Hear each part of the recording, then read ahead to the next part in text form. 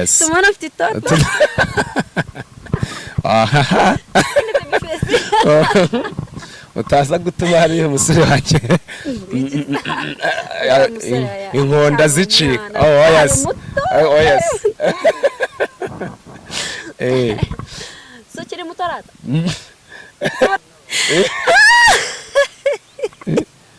Reka nkubwire iki kibazo kirangurikiranye wanditswe numva it's amazing.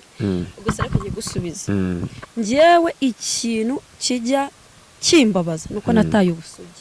Oh yes kandi none se bikubabazaho iki kandi warabutaye bikagira n'ikintu n'umusaruro bitanga. Reka nkubwire buriya hari nk'umugabo ushobora kunkunda